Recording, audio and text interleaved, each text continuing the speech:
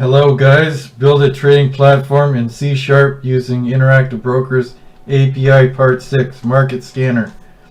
Market Scanner is used to search for stocks and other securities that meet a set of parameters. So I created this tab control here, and I put the scanner on the scan tab here. So what you do is you hit the scan button here, and the stocks that meet your parameters will come in on this data grid view.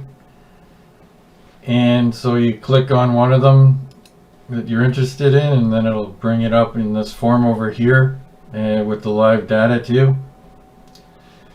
And another thing is, I built this list view here, and it shows you how the information comes across from the API.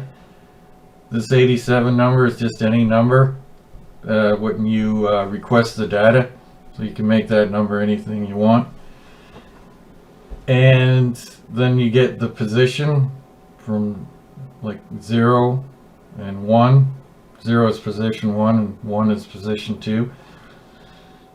And as it updates, the stocks will change here too. If they're in the new position, they'll change positions. So if you're interested, let's get started. Okay, here we are back in Visual Studio, and I made a few changes.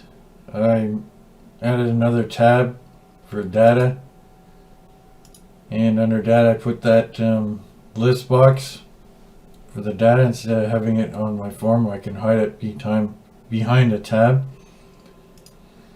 And I added this tab control here, and I put the time and sales on here, and a scan tab for the scan. If you need to add that, the tab control is right here. Click on that and just add it to your form, and then just take whatever you need and drag it across onto the tab control within whichever tab you want, whether it's time and sales or scan. Okay, so what I did is I added 2 buttons and a data grid view. So the buttons, I think you know where they are, up here at the top under buttons. Just add 2 buttons there, and a data grid view, which is right there. Add that to your form. So in your data grid view, click on your arrow here, and it says edit columns, and hit the add button 3 times to add 3 columns. One will be position, symbol, and last.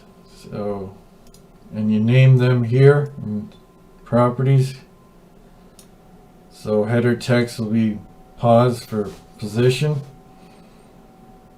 Then for symbol, same thing. Header text symbol, last, which is the last price. Header text will be last. Okay. Now if you want to change the size of the font, you can go down here in your properties. Under default cell style, you can change the font to 12 points or whatever, and make it bold if you want.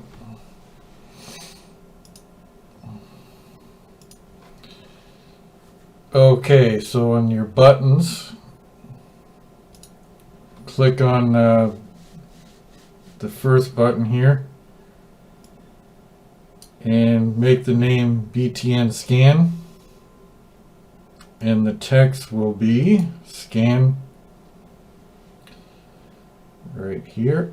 And then the other button, give it a name of BTN Stop Scan, and text will be Stop Scan.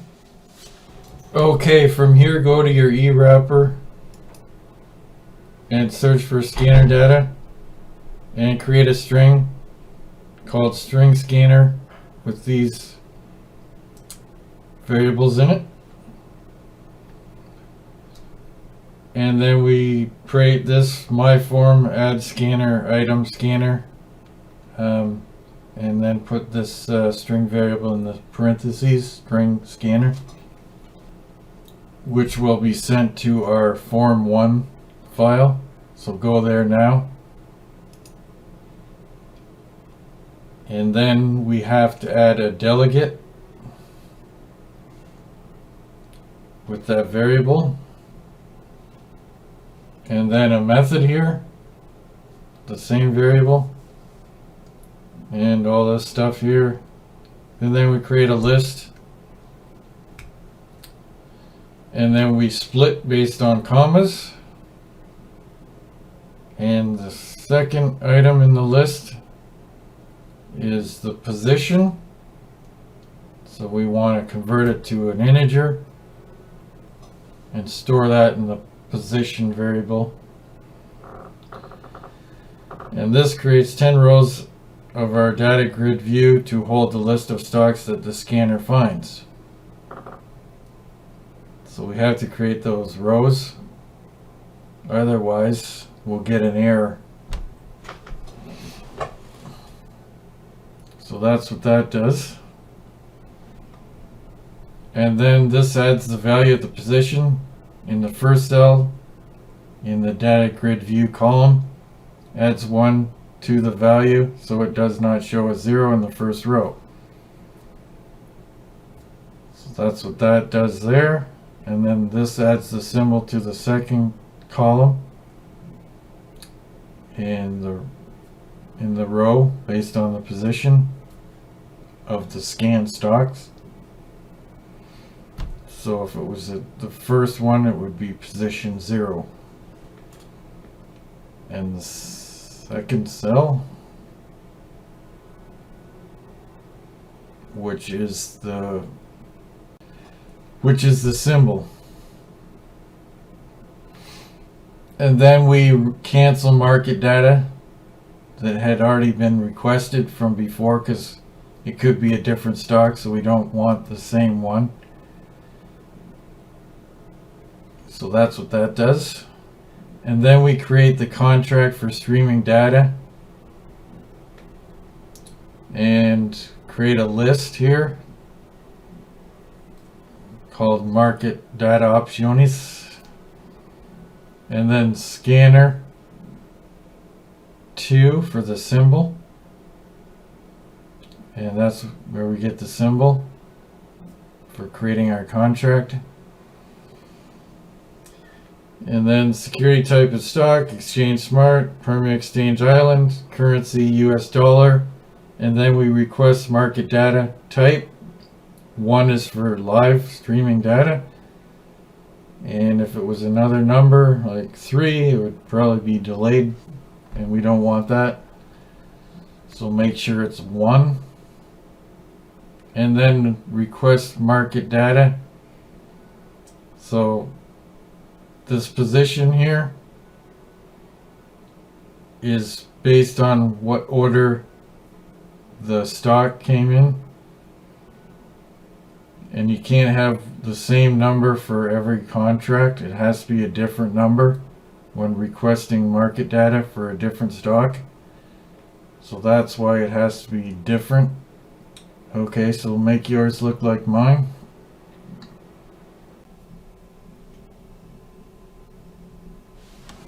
Okay, from here look for your tick price.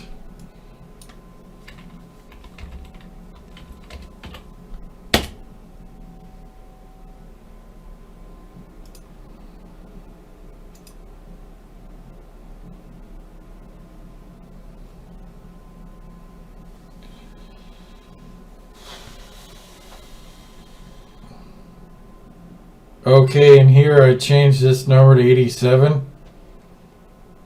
Back when we request data, so it doesn't conflict with the scanner live streaming data. In your get data function here, you can go back and change that number. I think it was either 1 or 0 to 87. So go back to get data. Okay, so this in here, make sure that's an 87.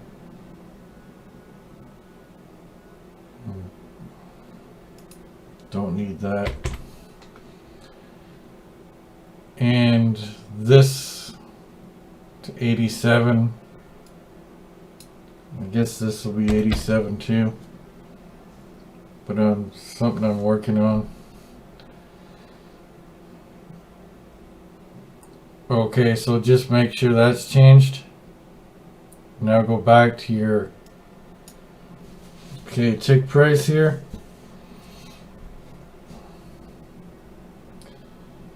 Make sure you change that to 87, like we said. Okay, and then I made a switch case. And so if it's the first stock that was scanned, it'll be 0. And then we look for the tick price, the second variable. It's the tick type actually.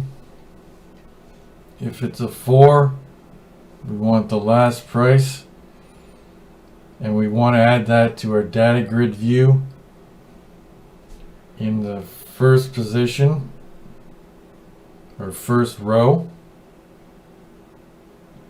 and that then in the second column on the first row we want that price, which is the last price,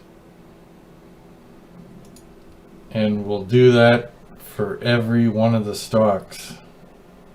There's 10 of them, so I have 9 of these starting at 0 to 9. So that'll get your last price. So another thing I'm working on is getting the percentage change, but I may have to add that later. But for now, I'll just leave it as is.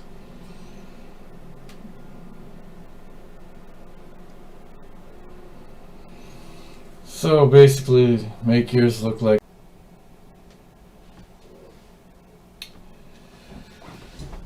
Okay, from here go to your form design.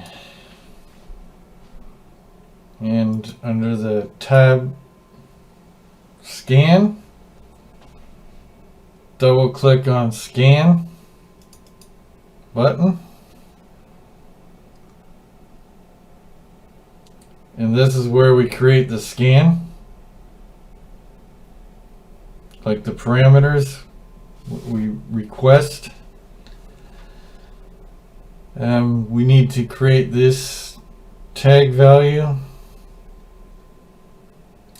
and some of the parameters we're looking for. Average volume above, and this is 100 million, and price above $2. You can add that.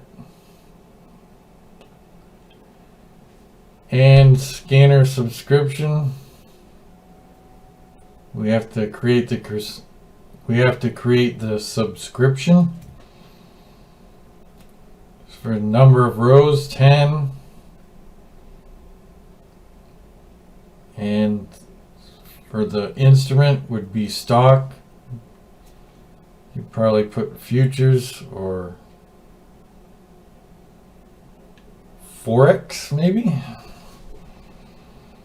Location code is this here for the major stock, US stocks, like the ones that are listed on, say, the NASDAQ and NYSE, and I think it's Amex too. And then we search for the top percentage gainers for the scan code. And then we create a list to hold all the scanner parameters. The ones we created up here. The T1 and T2. Now if you had more, then you would just add another one, say comma T3. And then we request scanner subscription. And this number can be anything you want. Doesn't have to be 87. Then we put the scanner subscription here, all the parameters that we created up here. Set this to null, and then the tag values, which are these here, the T1 and T2. So that's what that does for the button scan. Okay, we'll go back to your form design and double click on stop scan. Okay, and here we want to cancel that subscription for the scanner, and this will cancel each symbol from streaming data in the scanner data grid view. Need to cancel them when we stop the scan. So that's what that does. Goes through all 10 of them.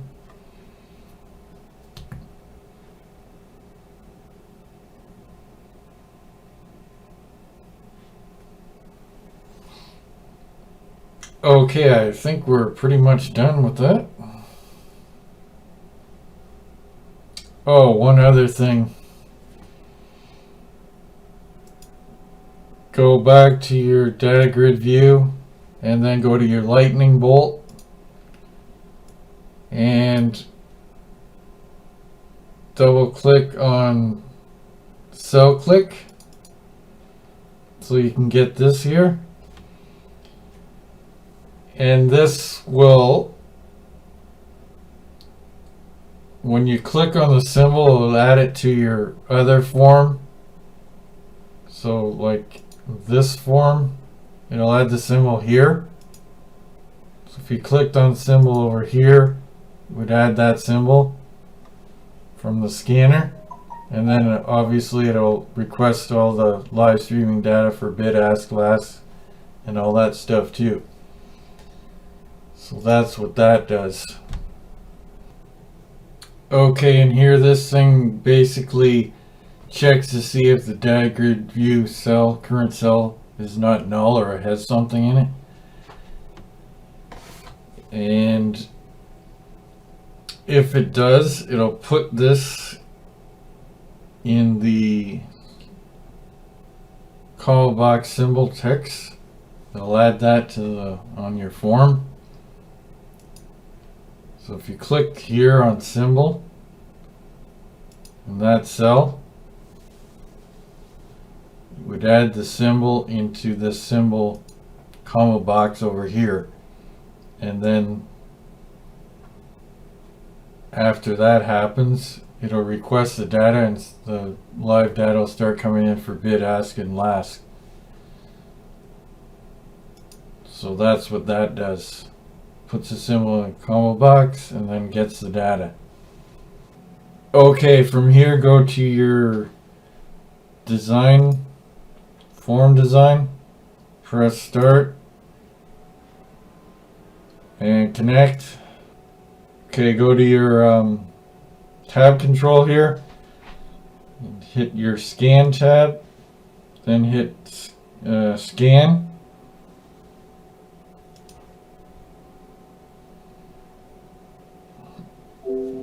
So this is what you get for 10 or 100 million volume, average volume.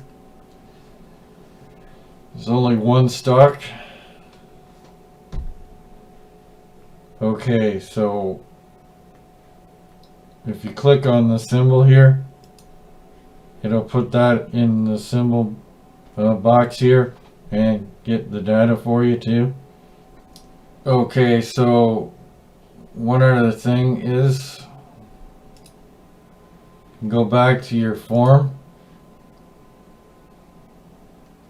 and under here change that, instead of 100 million, change it to 10 million. And then go to start, and then go connect. Okay, and then go to your tab control, under your scan tab, hit scan button.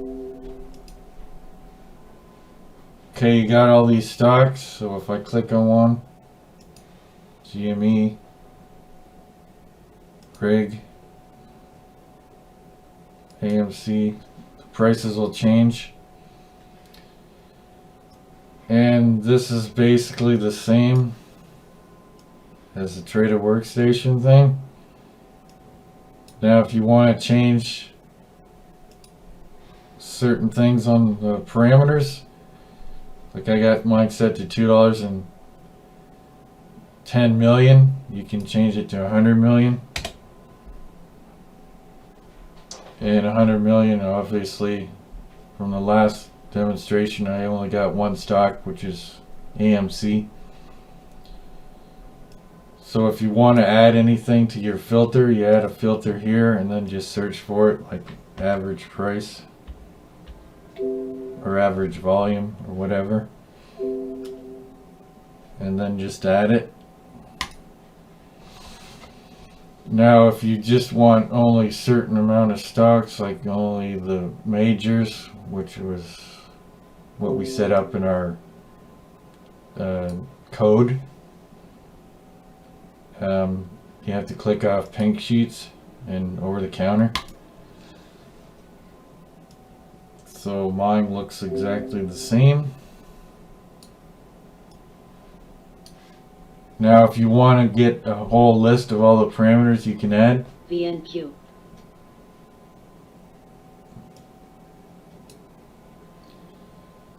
you have to go back to your where you request the data and add this in, like uncomment that out under your button scan, and then you run the program, and then all the parameters are come into your console here on your output. And this is basically what you'll get. List of all the things you can input into your filters and parameters and stuff. It just goes on forever.